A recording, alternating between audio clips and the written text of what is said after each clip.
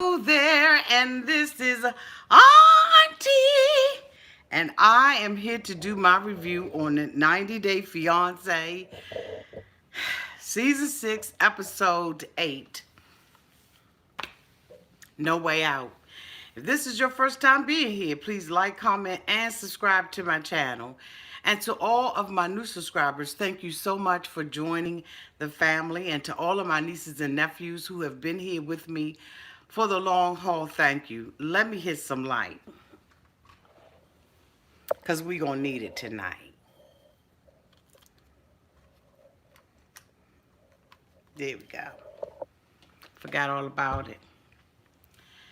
Okay, y'all. That didn't do no better. I'm trying to get it together. I hope y'all ready. Buckle up. Let's start this review. I'm trying to unwind. I'm trying to wind down. So we're going to be cheering tonight. I got the red cup special for this mofo, okay? All the contents of this cup are hidden. Alrighty? We're going to be cheering to all things get up out of my country. Cheering all things. I am not going to be rolling over on my belly for you. Okay? We are going to be cheering all things. Are you serious, Larissa? We're going to be cheering all things. I'm done. I'm done. I'm done. Cheers. Clink.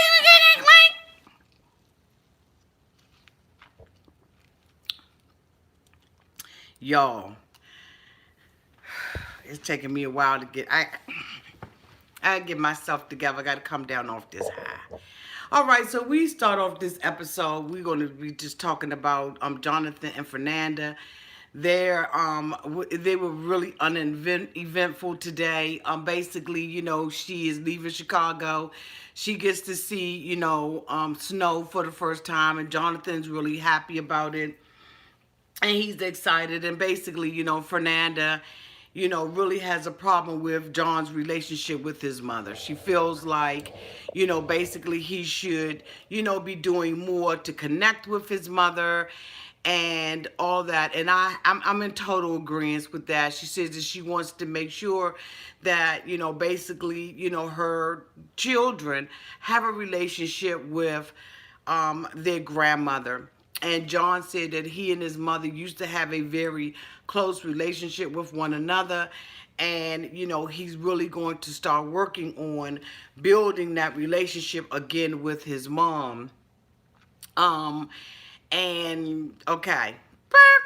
The next couple we're going to talk about is Asuelu and Kalani. Basically, Kalani's sister Kalani is leaving.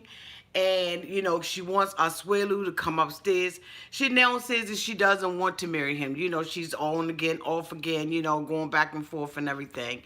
And so basically, she says that she doesn't want to marry him. She wants to, basically give him the boot. She starts talking to him about communication and about the need for them to have to learn how to communicate with each other. Asuelu says that when he does try to talk to her about things, she gets angry and gets mad with him. And he doesn't understand that. And so basically, she's like, well, we need to talk. And he's like, well, when I reach out and I go to touch you or try to make amends with you, basically, you shoo me away. And she's saying, well, when I'm mad like that, I don't want to be touched. I don't want to be grabbed on, which is understandable. She's like, I don't want you to, you to grab on me. So it's a lack of communication. Asuelu says that, when I'm in Samoa, she tells Asuelu, basically, you're a different person than you were when you were at home. Absolutely, he's different. He's now having to step up to the plate to be a dad to Oliver. And, he's got to deal with her family. He's away from his environment. And, of course, all of that kind of stuff will change you. So, basically, Asuelu is like, I lay in bed at night when you're not with me and I cuddle. I cuddle with my pillow. I cuddle with my pillow. I cuddle with my sheets. I cuddle with, I'm just a cuddler. And basically I need you to cuddle with me. And he starts crying and he gets emotional and everything about the cuddle. And I'm just like, it warms her heart. It touches her heart that Asuelu is, moved in this particular way. And now she's on again. She now wants to, she feels like she can marry Asuelu because she now understands that all he wants to do is just basically cuddle. This is his love language. And so, she's ready to make the adjustment to it. I just think that they are complete and total mismatch. Even though they have similar backgrounds, their future is totally different. And I don't see this relationship really working out between the two of them. But okay, I digress, and I don't want to spend a lot of time on them because we got some other crazy mofos we need to talk about. The next couple I want to talk about is Jay and Ashley. Basically, Jay and Ashley, have, based on the one guy who was sending 100 messages on their not wedding page. Ashley said that people are starting to drop out of the wedding. They don't want to be bothered with it because it's based on negativity.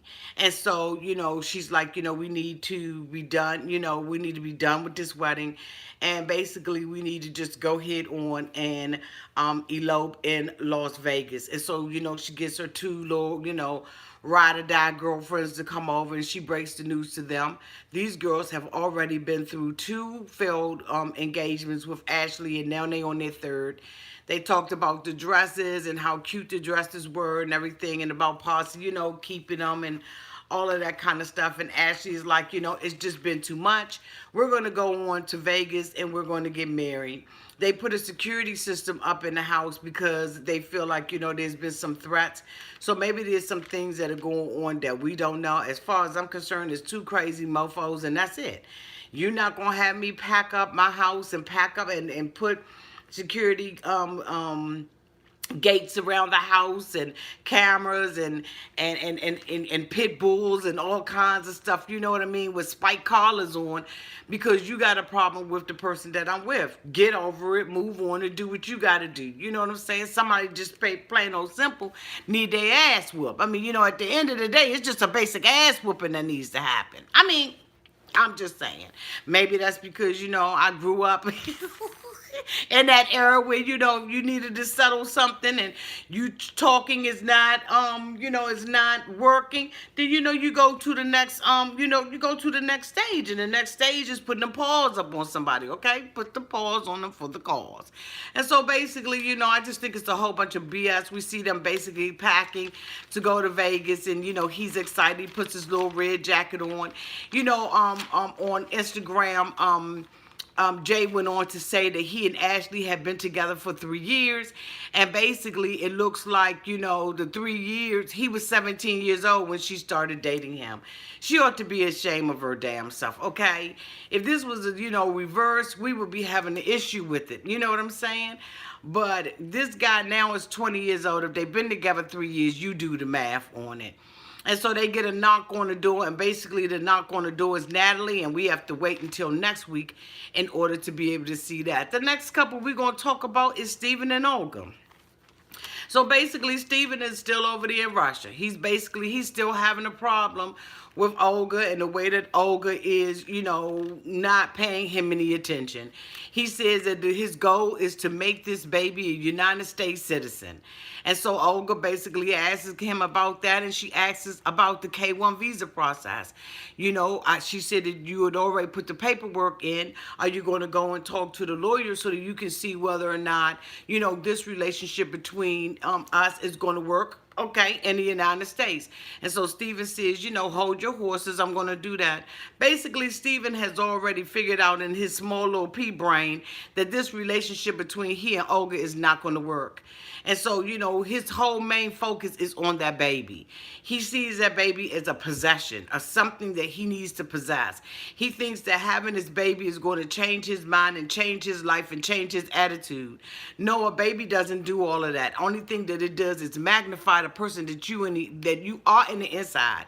And if you're not clear and open with who you are in the inside, guess what, buddy? Okay, so basically, he goes and sees a lawyer. And he sits down with the lawyer, and he basically asks the lawyer, what do I need to do in order to make my son an American citizen? And basically, he prints out an application. He says, as long as you have the paperwork and you have your paperwork, you need to go to Moscow and make it official. Put the application in and wait for the application to be approved so that your son can now be a United States citizen. And on the by and by, he happens to ask about Olga. And he says, well, what about her K-1 visa? And so he says, well, basically, the United States, is up to some shenanigans, or Russia's up to some shenanigans. We know some things that's going on. Okay, we won't talk about that here on this channel. But basically, he says, they're not really processing K-1 visas anymore. And so Stephen is like, what? And so he's like, yeah, they're really not doing it. A lot of the agents are not working there anymore. And so basically, it's going to take her a long time in order to be able to get a K-1 visa. And so Steven said, okay, that's cool with me because I don't really like her like that anyway. We've been fussing, we've been arguing, we've been going through all these changes. And so basically what I'm going to do is I'm going to bring my son to the United States, and I'm not going to tell Olga anything about it. I'm going to take this child and separate this child from his mother, who is breastfeeding it, nurturing it, taking care of it, okay? Not going to the park, but actually taking care of her baby. And so Steven makes a decision that he's going to take the baby and do what with the baby? Like, who's going to raise it? Like, where do you live? You said that you live from pillar to post. So why would you even think? It just, and week after week, people are, they disagree with me about this. And I'm just like, you know what? No. Hell to the no. No. This is a crazy mofo. He's slow as hell. Something is wrong with him. So basically, he says that he's going to make this decision, but he's not going to say anything to Olga. So, he gets back to the apartment and everything, and Olga's like, well, what happened? And so, basically he's like, well, we can get the baby stuff together, but we just got to kind of check in on your stuff. He kind of downplays the situation and doesn't really tell Olga the truth about the matter. So they go over to, Moscow and everything, and they meet with her little girlfriend, Anna, because basically they're going to go and do the paperwork. Steven said the only thing that's on his mind is making his son a United States citizen. And I understand that to an extent. But I just don't see anybody who would be willing to separate a mother from their child, especially considering that the mother is currently breastfeeding the child. I've not seen Steven do anything with the baby but complain. He complains that the baby is in the way, that she won't snuggle with him, that she won't spend time with him.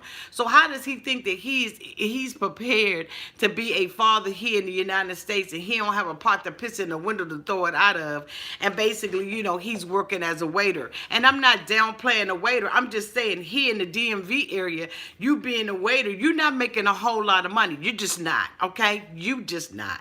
And so basically, he wants to, meet with Anna. He's a little skeptical because, basically Olga been telling Anna about her. Anna said that she's been knowing her since middle school. And she basically flat out asked Steven, if you didn't have this baby, okay, if this baby was not part of the equation, would you be together? And Steven, strategically answers it without saying, hell no, I wouldn't be with Olga. And so basically, Steven is like, I don't know what the future would have would have held. This baby came up unexpectedly because we didn't use the condom, we didn't use protection, we had unprotected sex, so I accidentally, on purpose got her pregnant. And so basically, the girlfriend is like, he needs to step up and be a responsible man, and he needs to walk into his fatherhood, but Steven is not ready for that yet.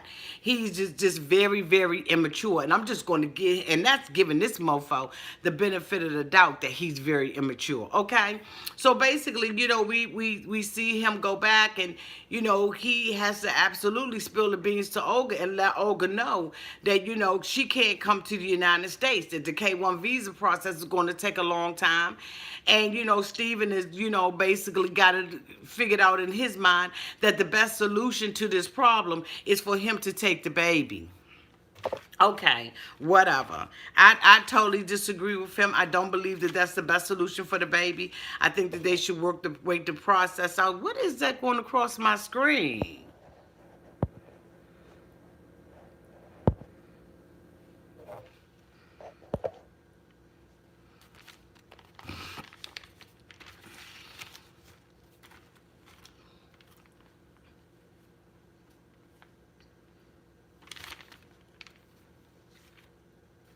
It's a troll. Are my moderators out here tonight? That was a troll. I hate stopping for stuff like that. Ugh.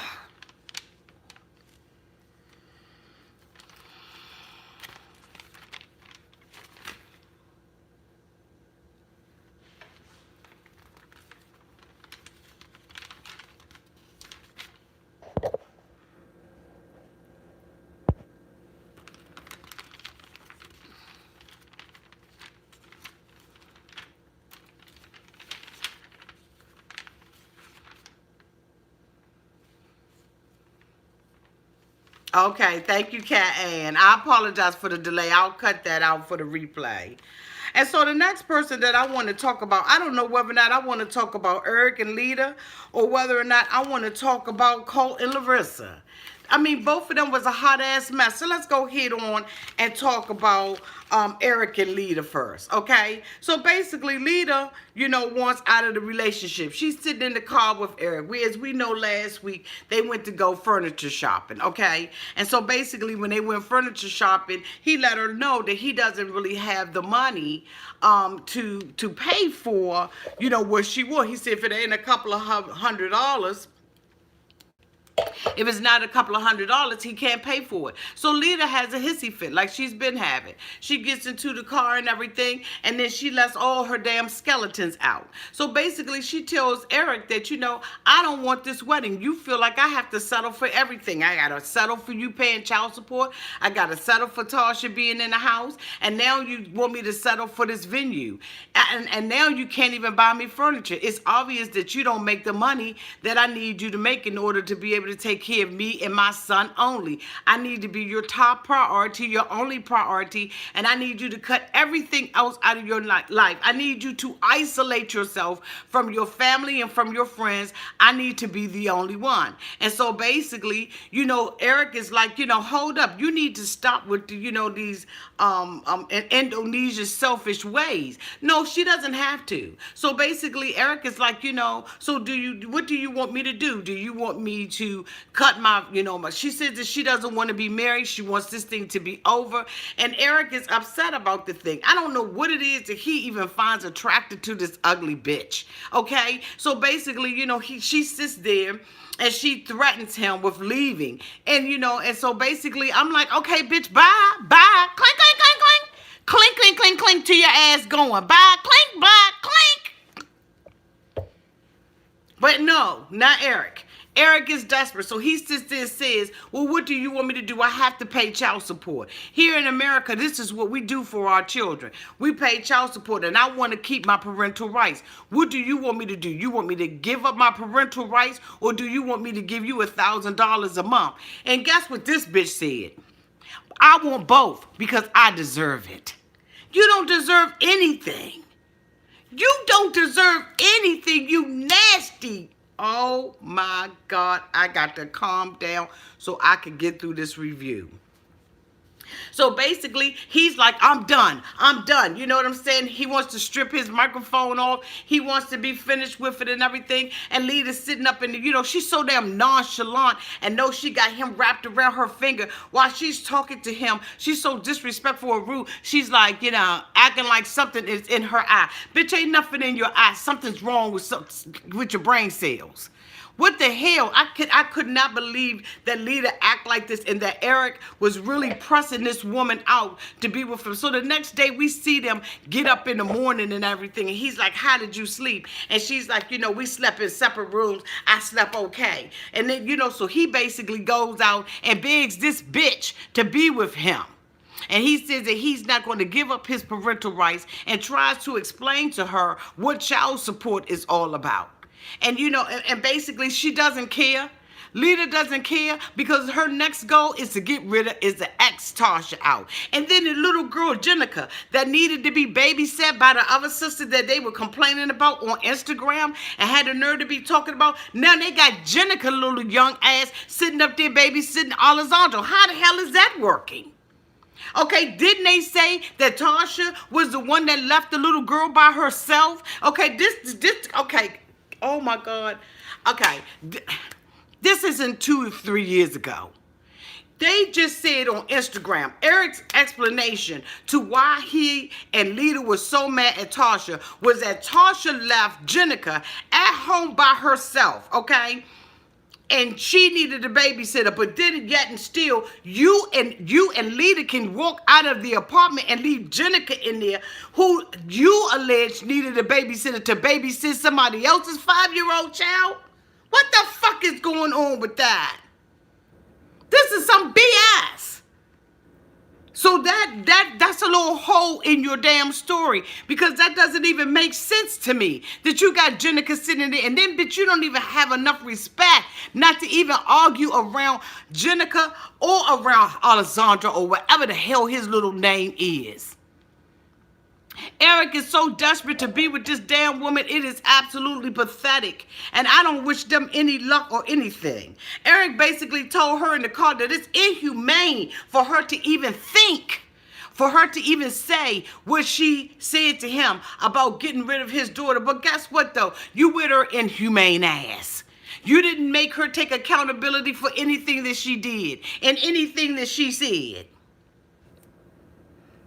She basically told Eric in the car, you know, I feel like I'm pressured to be with you and that I'm going to regret marrying you. I don't even want to be with you. It's sad that I have to marry your ass and live with regret just to stay here in this country and live out my full potential, because it's potential for me to make money in this country. Basically telling him the only reason why I'm here, mofo, is because I have an opportunity to have a better life for me and my son. And Eric know damn well, you can see that the words that came out of her mouth smacked the taste buds out of his mouth. He didn't know what to think, what to do, how to be. It totally took him aback because he was shocked that the words actually came out of her mouth. But guess what? When you piss somebody off enough, they'll come out of their mouth and they'll say exactly what's in their heart. Okay? She basically told him, I'm over here because I have a better opportunity for a better life, and and unfortunately, in order for me to have to do that, I gotta marry your ass, your broke back mountain ass. I gotta marry you. And he said, so are you here for me or for the green card? The green card. That's what I'm here for. He said, do you love me? See, he didn't give her an opportunity to answer the question. So when you ask the question, you should have just let her just drop this. Just let it sit there. But instead, he's so daggone into his feelings and he's so affected by what she said, he gonna come back and ask her another question. No, bitch, answer that one. Are you here for him or the green card? I never heard her say, I'm here for you. He asked her, do you love me? She said, yeah, I love you, but I don't like the fact that you paying child support. In Indonesia, we don't pay. This ain't Indonesia. This is America. And we live by a different standard, by a different code. You sat up there in an article and said allegedly that your ex-husband is the one true love in your life. You say you talk to him every day, and the reason why y'all not together is because your families didn't get together, and he ran his ass to Japan to get the hell away from you. And now all of a sudden, you got the nerve to act like Eric is second best. No, bitch, you're second best. So basically, he begs her to stay here. I'm going to make you priority. How I'm going to make you a priority? I'm going to put my mofo daughter out. That's what I'm going to do. I'm going to tell Tasha that she got to get the fuck about the house. I'm going to sacrifice everything.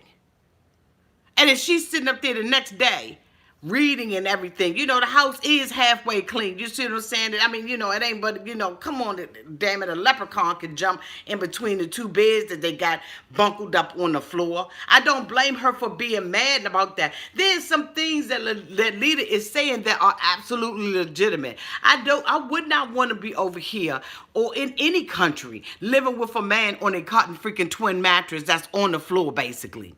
I wouldn't want that either. But she's so goddamn nasty. Who wants to deal with her? Okay? So basically the next time we see her, she's sitting in the living room with the little girl, and the little boy. I guess it's the same day. And Tasha come rolling up in the damn house.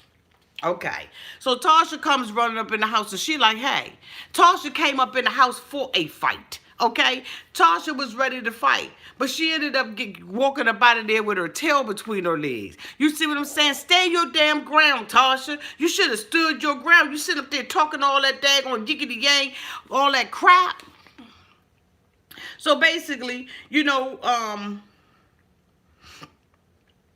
basically she said, I'm Tasha's dirty and I'm clean.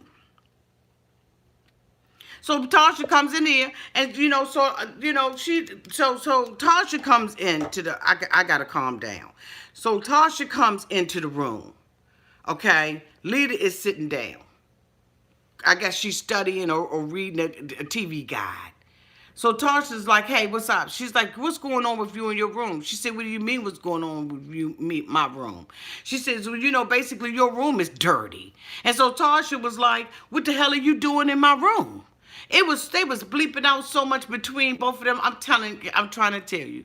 So she was like, your room is dirty. And so she said, I don't like a dirty house. And so Tasha was like, and bitch, I don't like invasion of privacy. That's against the law. So Leida was like, law? What do you mean law? All the thing that I was doing was looking. You need to get your stuff and get up out of here. So Tasha was like, I'm not going anywhere. And so, she was like, this is my house. And so basically Leida was like, I'm the boss up in this. I said, God dang it. She said, I'm the boss up in here. Bitch, you fresh off the plane and you talk about you the boss somewhere? You're not even married to this man yet. And Eric, got you thinking that you the captain of somebody's fucking ship?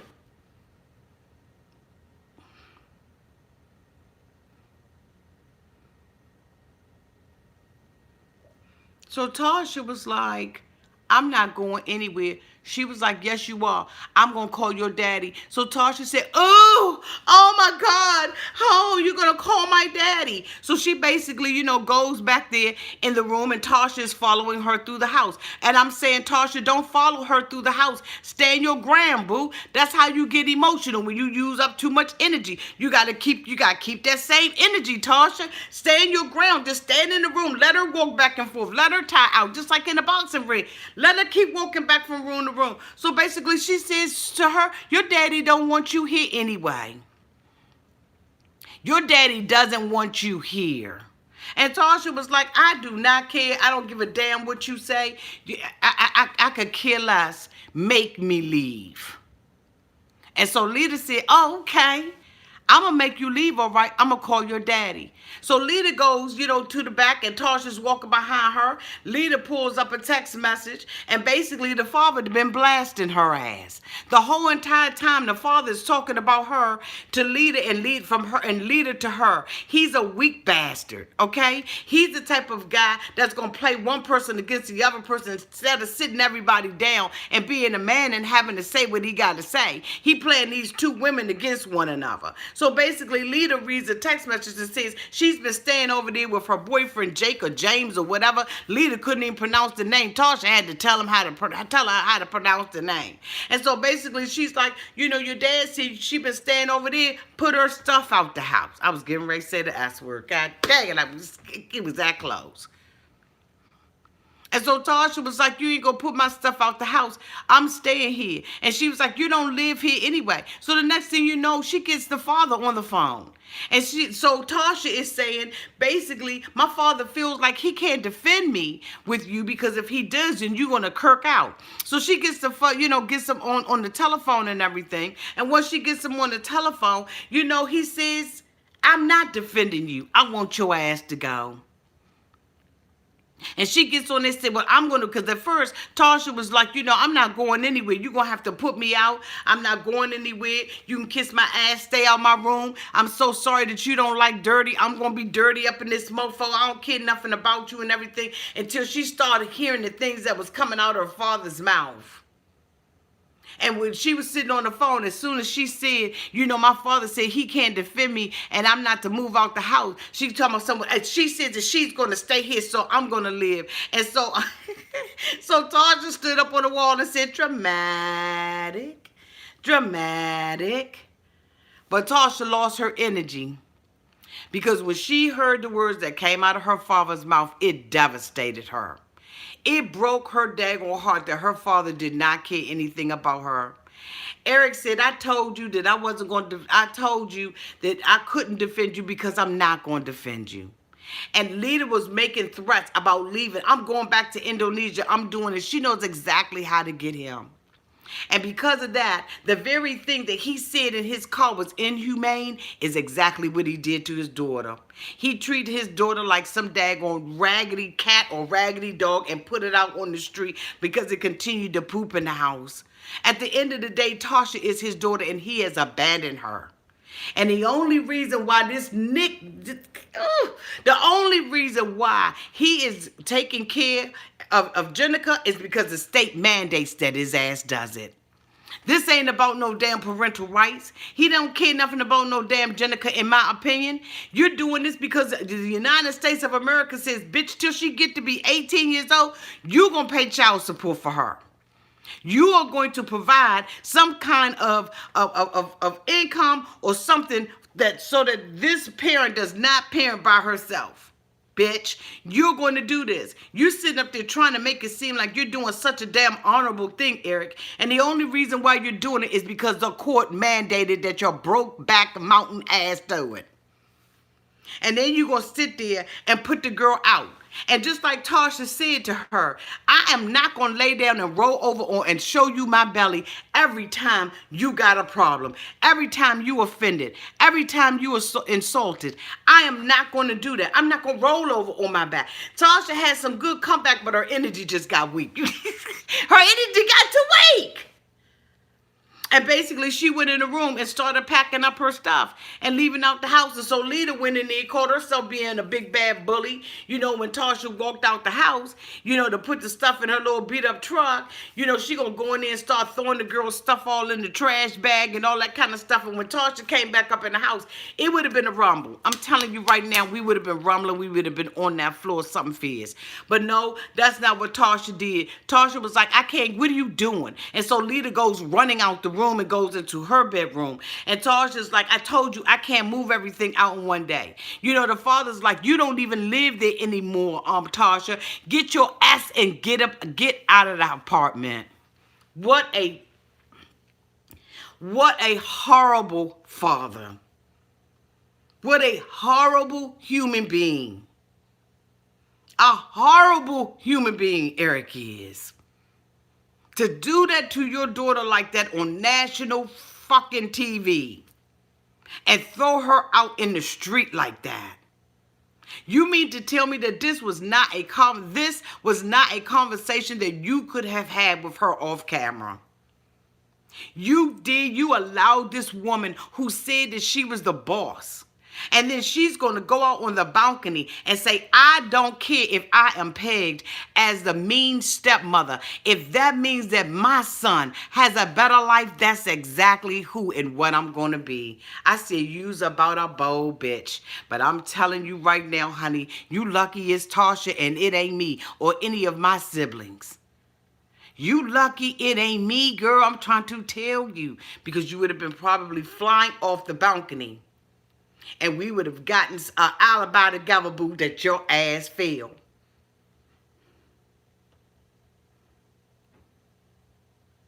She says she don't care about being the nasty, mean stepmother as long as her son can get what he need.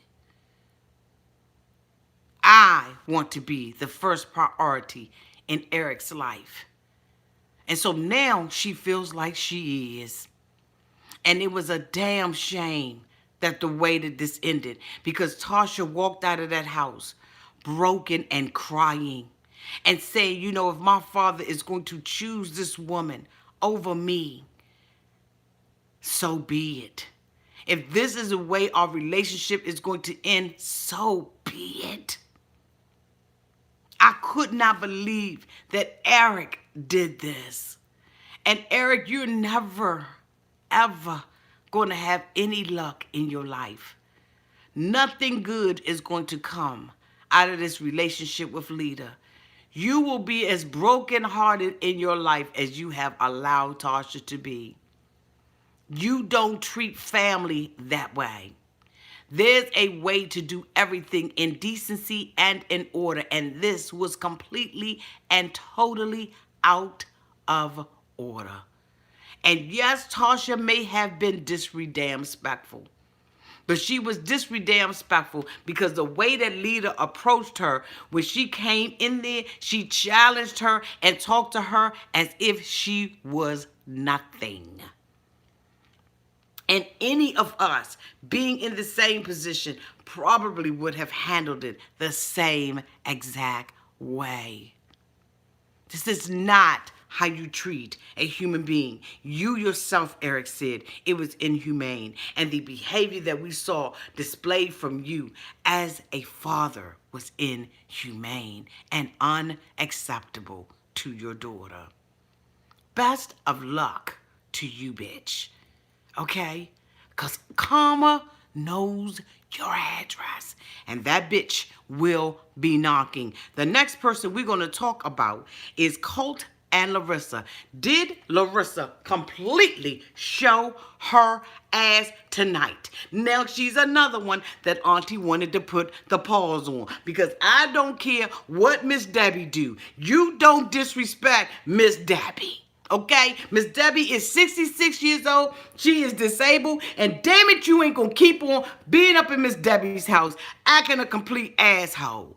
You are one nasty, rude individual, Larissa. You go out there on Instagram every fucking 5 minutes because you're trying to garner sympathy and try to act like you're the sympathy, but you're the victim. But like Colt told your ass tonight, bitch, you are not the victim. He said you go from 0 to bitch in 1.3 seconds, and that's exactly what we saw displayed from Larissa's dumbass tonight. Okay, so let's unpack this. So basically, Larissa gets up in the morning, and she's riding in the car with Debbie, because remember, she don't have a green card, she don't have a driver's license, she doesn't have anything. She got a pot to piss in, she ain't got a window to throw it out of. So basically, Mom and Dad said, okay, I'm gonna go with you wedding dress shopping, because this is evidently what Cole has asked Mama to do. The whole time Larissa is talking about putting Mama Debbie out. I want Mama Debbie out the house.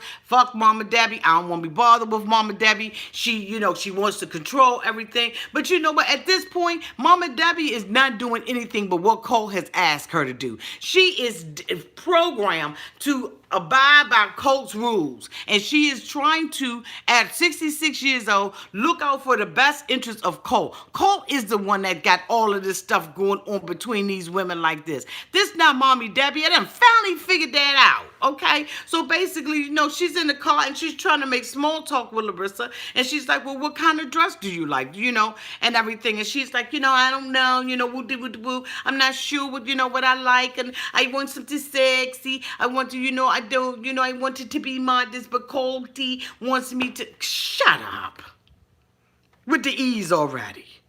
We sick of the ease. So basically, they get to the wedding shop and everything, and the cousin's husband, John's wife meets him, flower girl. And so basically, they hug it and everything. And she's like, American women, I invited her because American women stick together. Okay, we do. Clink. So basically, they go up in the bridal shop. She, puts on the, one of those dresses. It's sweetheart line, and it's really pretty and everything, and it's high waisted. It has the, it is very pretty, the princess, and it looks very nice. It's revealing, but it's not too revealing. And the lady said you can accessorize it and put a belt on it and everything.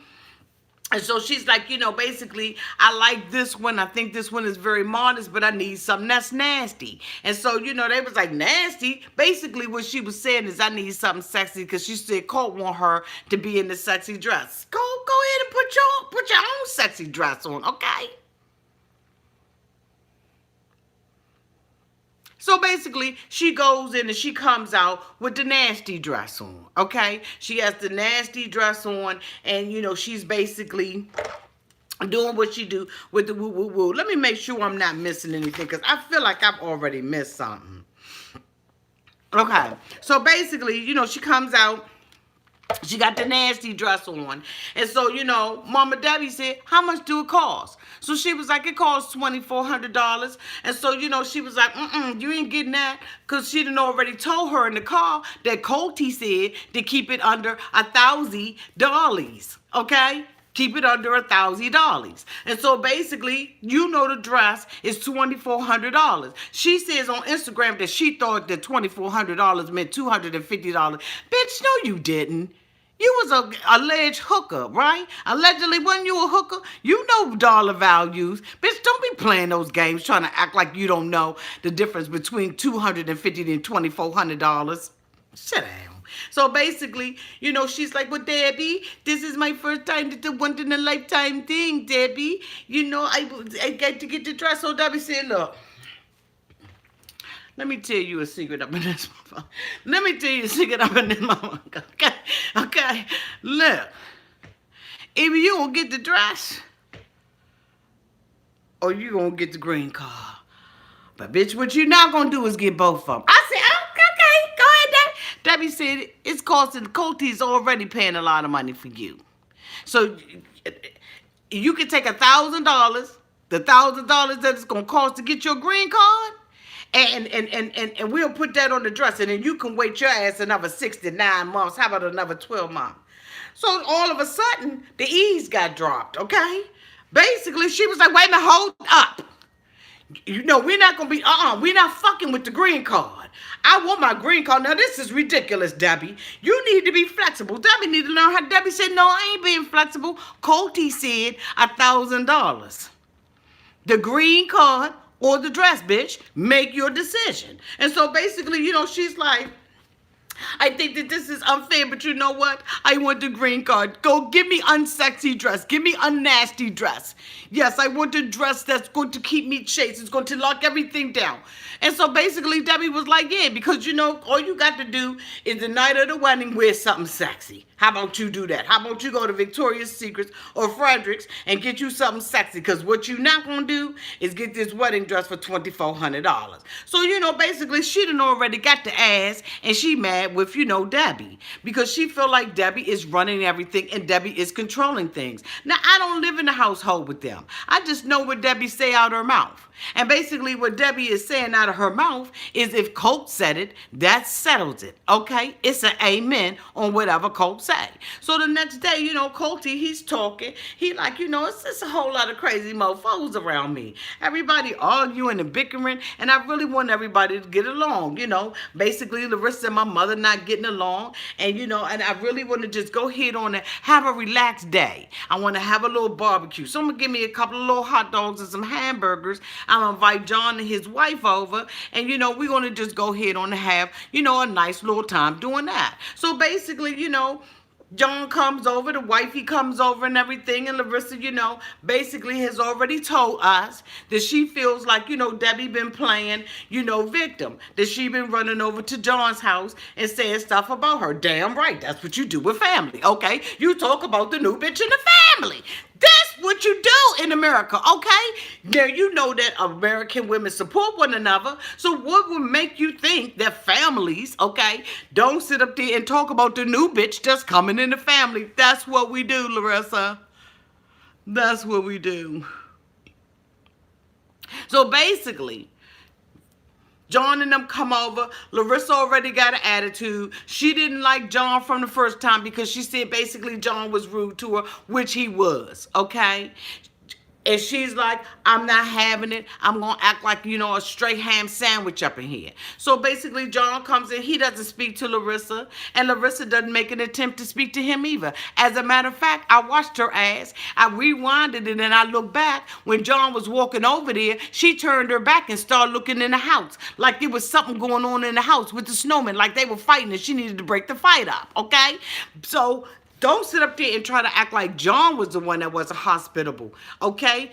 John did speak. He had to come hold you and grip you or nothing like that, or he'd probably choked you out.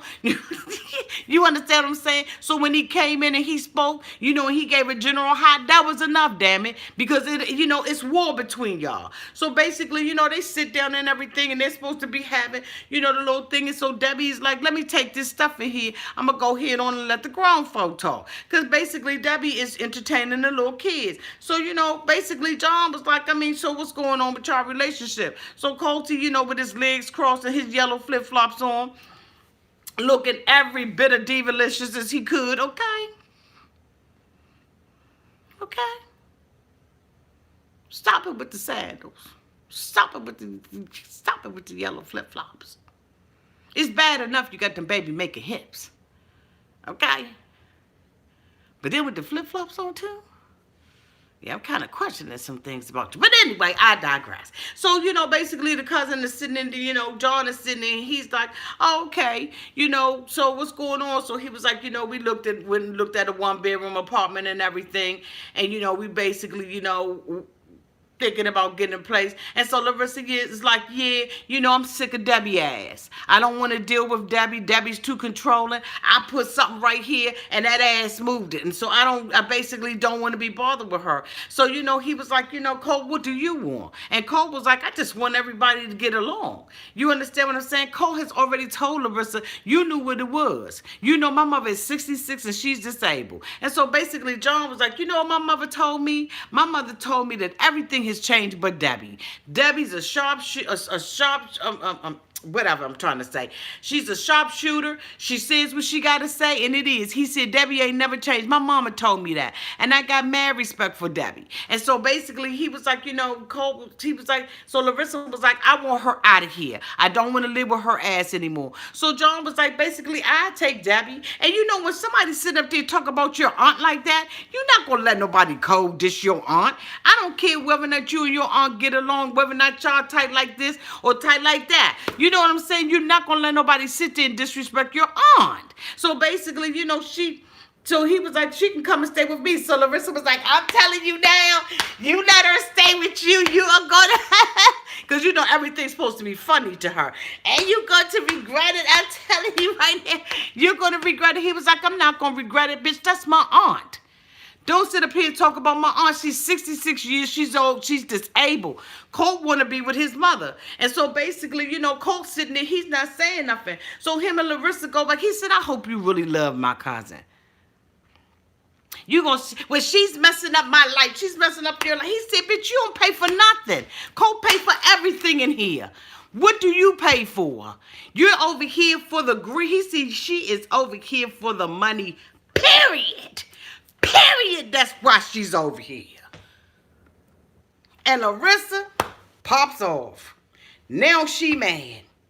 They had to put John ass up out of there because basically they brought that stuff up in the house, okay? And Debbie told them straight up, don't bring that in the house and don't be yelling around the kids. But no, they asses want to come up in the house and be yelling. Now, Debbie done already told y'all, don't bring that up and bring that drama in the house. And this is exactly what they did. So basically... the cousin is going off. He's telling Larissa what she ain't got, what she don't. He said, bitch, you don't even know how to drive. You don't have a green card. You don't have any money. You ain't do nothing with using him for his money. And she said, he's not a billionaire. He's not a millionaire. Using him, if I'm doing anything, I'm using him for them baby making hips. Okay, I'm trying to have a baby and I want Colt to carry the mofo. Okay? She said, I'm using him for his body. I said, oh my God, that's so gross. Like, okay, that just made me want to because I'm sitting here looking at all these rolls and these breasts and stuff like that on here. And I'm saying, what body part are you using? What body part does Colt have that you can? Oh, I forgot that 12-inch thing he got. Okay, all right then. Okay, let me shut up. Let me shut up. Okay, so basically, they want, they take it in house. And so John is standing there, in the doorway having a conversation with his wife. And then Larissa said, bitch, don't come to my wedding. You cannot come to my wedding.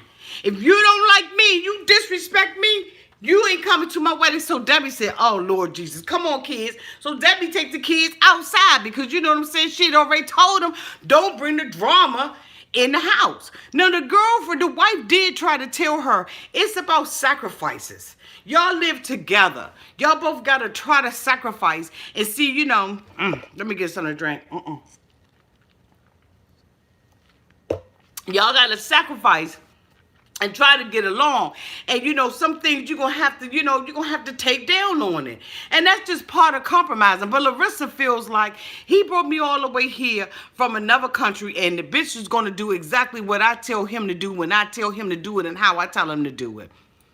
And then it's not happening. So basically, they get to arguing in the house. And, the cousin was like, look, that's my cousin. This is the way we feel. Family is family. And what you're not going to do is dog my family out. So she basically told him, you're not coming to the wedding. And what did Colt say? Nothing. Colt sitting up there like this.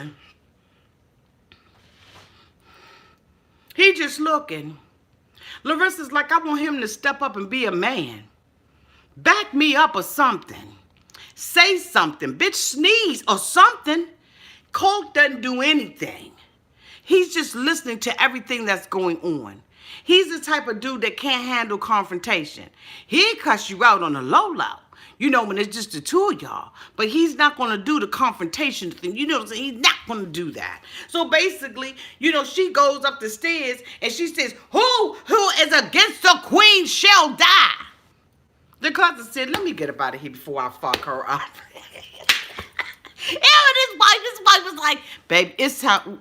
We got to go. We got to go.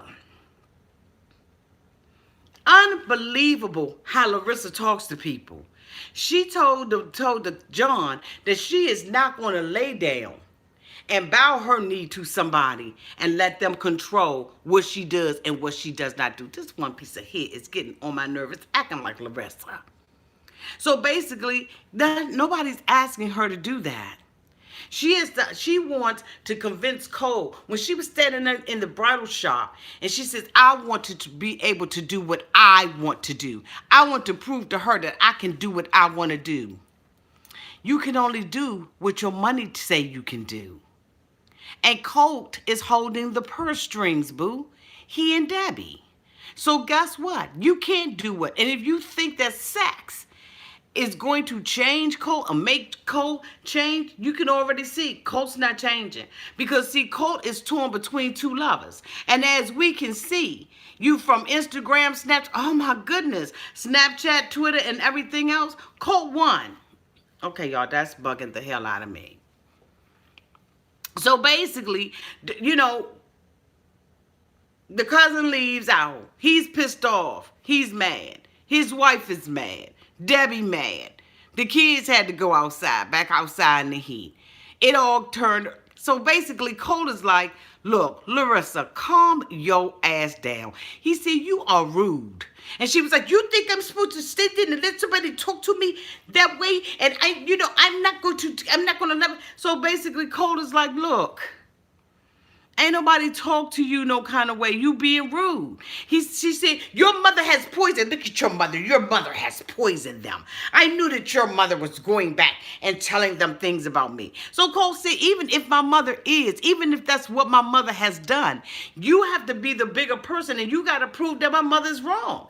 You can't snap up and pop off. He said, you get offended by stuff. And she was like, yeah, I get offended because everybody is against me. I'm the victim. And he said, you're not no victim around here. He said, you go from 0 to bitch in 1.3 seconds. And he said, so you're rude and you're nasty and you can't talk to people like that. So, Debbie comes in, you know what I'm saying? And she's like, Debbie, how the hell you gonna step to Debbie?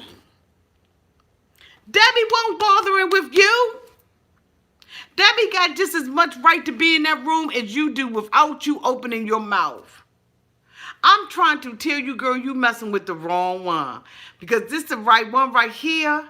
I'm telling you now, every woman in my household would have jumped your ass had you ever disrespected a matriarch in my family. You would have had the beat down of your damn life if you ever talked to one of my 66-year-old aunts. Ever in your life. We don't play that. You don't do that to the matriarchs in the family. And you gonna talk to Debbie like she's some bitch in the street? Debbie, I know you went over there and said something. Debbie said, don't you blame me for John's stuff. Now, John did say that Debbie had been coming to his house and saying that she said. But that doesn't mean that doesn't mean that John has to go over there and carry the bone. John doesn't like the way that Larissa is. And when Mama, Debbie, is going over there and talking to him, he's the only family that they have in Vegas. So she's going over there and sharing. But she is not responsible for John's actions or how John carried it when he came to the house or when he see her in the grocery store. And you understand what I'm saying? It's not on Debbie. So Debbie was like, you can't blame me for what John has did. Yes, you the one. Everybody turned against me. First he liked me. He never liked you. He didn't like you from day A when you came over there with that tight ass. Okay. He didn't like you from the first time that he met you when you came to the house, Larissa. This isn't about Debbie. Yes, he may have a leveled up, a heightened level of sensitivity because at the end of the day, that's his aunt. So basically, Larissa, wants to go back and forth. And so Colt is like, look, Larissa, calm down. You need to calm down.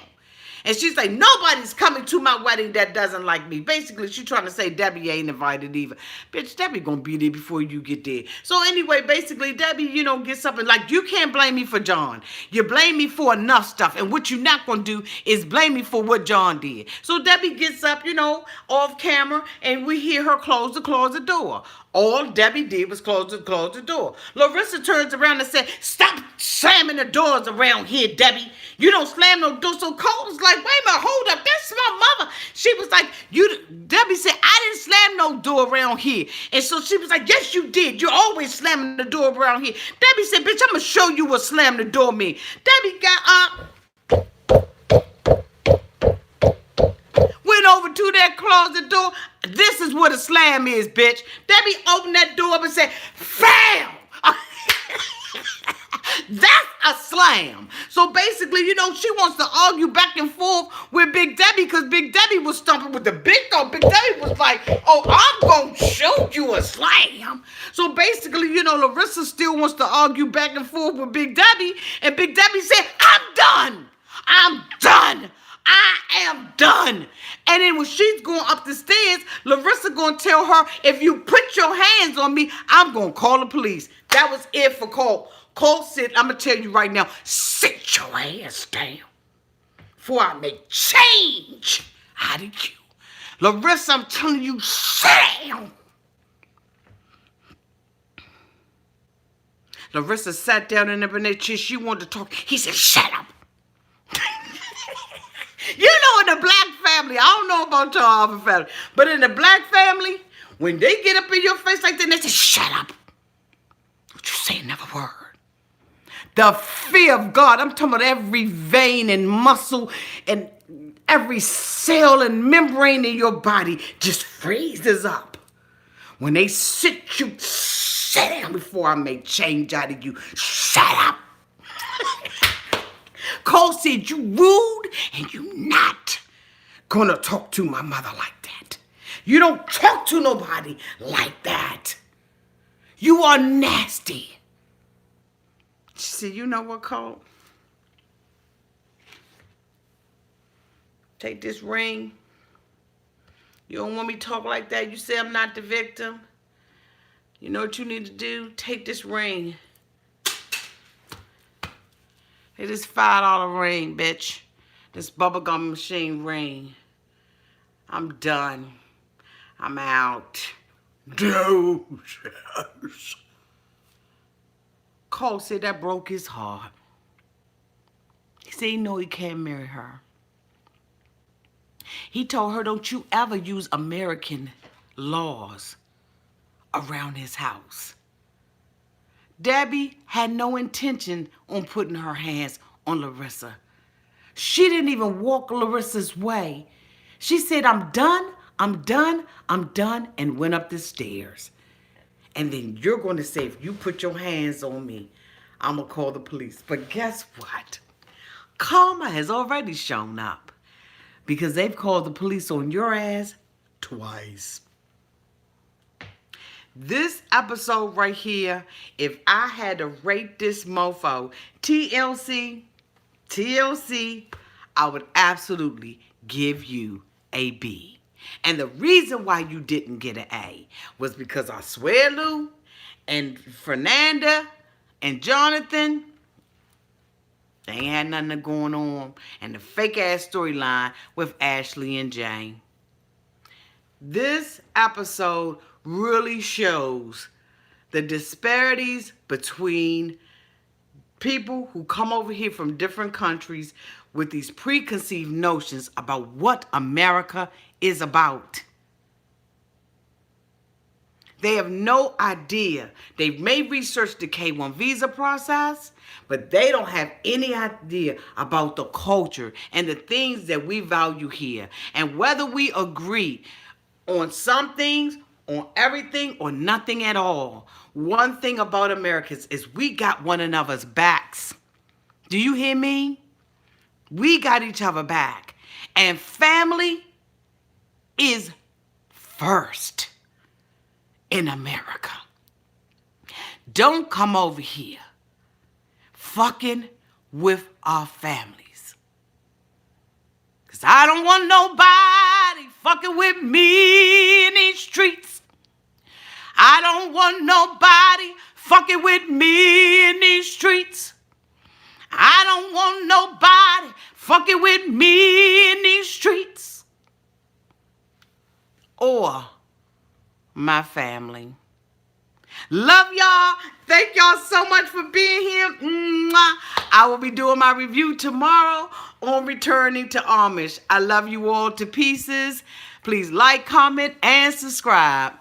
Have a great night and a great Monday. See